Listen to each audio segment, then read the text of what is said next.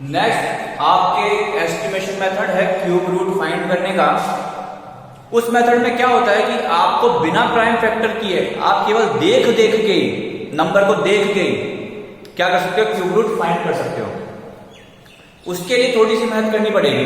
मेहनत क्या करनी पड़ेगी, आपको ये सारे 10 तक के क्यूब्स को लर्न करने पड़ेंगे कि भाई 1 का क्यूब 1, 2 का क्यूब 8, 3 का 27, 4 का 64, 5 का 125, 6 का 216, 7 का 343, 8 का 512, 9 का 729 एंड 10 का क्यूब 1000। अगर ये लर्न कर लिए और जो नेक्स्ट टॉपिक है वो आपने लर्न कर लिया तो आपको प्राइम फैक्टर की जरूरत नहीं है क्यूब रूट में। लेकिन अगर एग्जाम में बोले कि प्राइम फैक्टर से निकालो तब तो प्राइम फैक्टर से ही निकालना पड़ेगा, ऐसा नहीं अपने मन से कोई सा भी लगा दो। तो नेक्स्ट टॉपिक है जो आपको एक बार वैसे मैं बता चुका हूं पहले, एक बार और देख लो क्या है वो टॉपिक। टॉपिक ये है कि ये पता करना है कि अगर कोई नंबर है उसके लास्ट में मान लो कोई नंबर है तो उस नंबर का क्यूब करने पर या क्यूब रूट करने पर लास्ट में क्या आता है, ये आपको बता दूंगा। जैसे आपके पास मान लो नंबर है 11, इसके लास्ट में है 1, ठीक है। इसका मैं जब क्यूब करूंगा तो लास्ट में क्या मिल रहा है, मेरे को 1 मिल रहा है। और अगर इसका मैं क्यूब रूट करूंगा तो इसके लास्ट में कितना है 1, क्यूब रूट करने पर आएगा मेरे पास 11, यानी लास्ट में क्या मिल रहा है 1। तो मैं आपको बताता हूं देखो कैसे होता है। 12 का क्यूब करोगे तो लास्ट आपके पास आएगा कि भाई जो 2 होता है उसके लास्ट में 8 आता है, और अगर 8 होता है तो उसके लास्ट में 2 आता है। ये चीज पहले बता चुके आपको, लेकिन अभी दोबारा और बताया जाए जो क्या करना होगा उसके लिए। जैसे नंबर है आपके पास 0, 1, 2, सॉरी 0, 1, 2, 0, 1, 4, 5, 6 और 9। अगर किन्हीं भी नंबर्स के लास्ट की डिजिट है ये, तो उन नंबर का क्यूब या क्यूब रूट करने पर वापस से आपको यही नंबर मिलेंगे 0, 1, 4, 5, 6, 9। जैसे मैंने आपको बताया अभी, क्या बताया कि 10 का क्यूब होता है 1000, 10 के लास्ट की डिजिट क्या है 0, तो 1000 के लास्ट की डिजिट भी क्या आनी चाहिए 0, ठीक है। अब बचे 2, तो 2 का भी मैंने आपको बता ही दिया, 2 का आता है 8 और 8 का आता है वापस से 2, और 3 का आता है 7 और 7 का आता है फिर से 3। जैसे आप लोग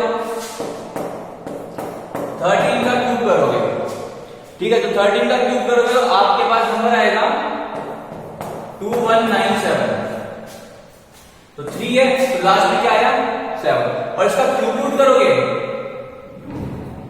तो आंसर बनेगा 13, तो 7 तो लास्ट में क्या आया 3। समझ गए?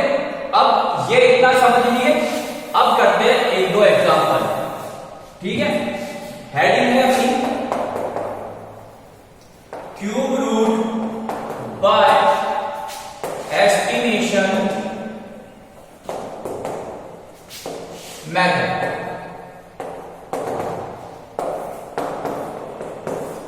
एस्टिमेशन जो वर्ड है ये बना है एस्टिमेट वर्ड से। एस्टिमेट का मतलब क्या होता है, जैसे मान लो किसी घर में शादी है, ठीक है, तो अपन क्या एस्टिमेट लगाते हैं ना कि भाई हाँ शादी में हाँ इतना हाँ ठीक है 10 लाख का खर्चा हो जाएगा, 2 लाख की गाड़ी आ जाएगी, 3 लाख की गाड़ी आ जाएगी, 1 लाख इसको एस्टिमेट ऐसे बिठाते हैं अपन कि आइसक्रीम का लगभग इतना खर्चा हो जाएगा, तो अपन उसको एस्टिमेट बोलते हैं, ठीक है। तो वो चीज यहीं से ये एस्टिमेशन मेथड नाम पड़ा है इसका कि भाई एस्टिमेट लगा के आपको क्यूब रूट निकालना है, आंसर परफेक्ट आएगा, लेकिन आपको प्राइम फैक्टर नहीं करना है, आपको एस्टिमेट लगाना है, ठीक है, कि हाँ भाई ऐसे ऐसे आ सकता है, ऐसे ऐसे आ सकता है, तो इसका क्यूब रूट ऐसे आएगा। अब उसके लिए फर्स्ट एग्जांपल देखते हैं, वो अपने पास है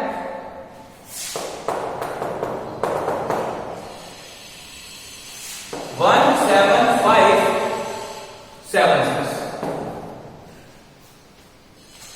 ठीक है।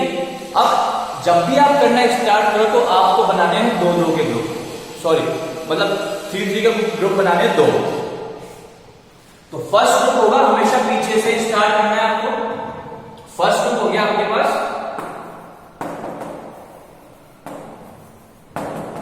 5, 7, 6 और सेकंड ग्रुप क्या हो जाएगा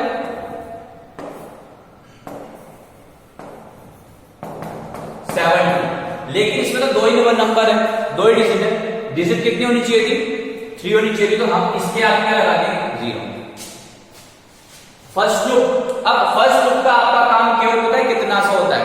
फर्स्ट ग्रुप का काम ये होता है कि आपको इसके लास्ट का नंबर चेक करना है, क्या है 6 है, तो क्यूब रूट के नंबर में भी लास्ट में क्या आएगा 6 आएगा, ठीक है। अभी तो लास्ट प्रॉब्लम था ना जो, तो क्यूब रूट के नंबर के लास्ट में भी क्या आएगा 6 आएगा। अब देखो कैसे करना है आपको, क्या लिखना है कि 6 is the unit digit in first group, so unit digit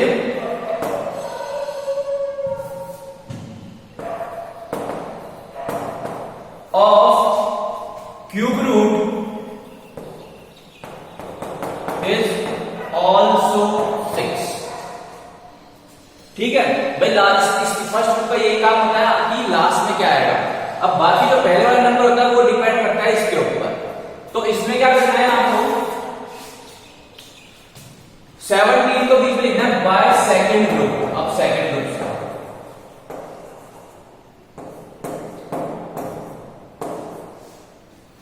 ऐसा नंबर बताओ जिसका क्यूब या तो 17 आए या उससे छोटा आए। 1 का क्यूब 1, 2 का 8, 3 का 27, तो ज्यादा आ गया तो अपने को कम वाला लेना है, तो यहां पे क्या आएगा 8 और ज्यादा वाला क्या हो जाएगा 27। अब क्यूब की फॉर्म में लिखते हैं इसको, 8 किसका क्यूब होता है 2 का, तो मैं इसको लिखता हूं 2 का क्यूब 17 और ये होता है 3 का क्यूब। अब आपके पास आंसर आ चुका है। आंसर क्या है आपके पास कि मान लो ये आपके पास एस्टिमेशन मेथड था, तो ये था आपके पास 17576 का जो क्यूब रूट था। सो इससे तो पता चल चुका है आपके पास कि लास्ट नंबर क्या आएगा 6 आएगा, ठीक है। अब क्या करना है, यहां पे क्या आएगा वो देखो, तो जो भी नंबर है उससे छोटा वाला क्यूब किसका है 2 का है, तो यहां पे वो लिख देना है, क्योंकि ज्यादा करने में तो ये नंबर ज्यादा आ जाएगा। तो आप लोग ठीक है, या ध्यान से देखना कम वाला लिखा है, कम वाला, ज्यादा वाला नहीं लिखना है। तो इसलिए 17576 का क्यूब रूट कितना आ गया 26, ये इसका आंसर हो जाएगा, ठीक है। अब अपन नेक्स्ट एग्जांपल लेते हैं एक और।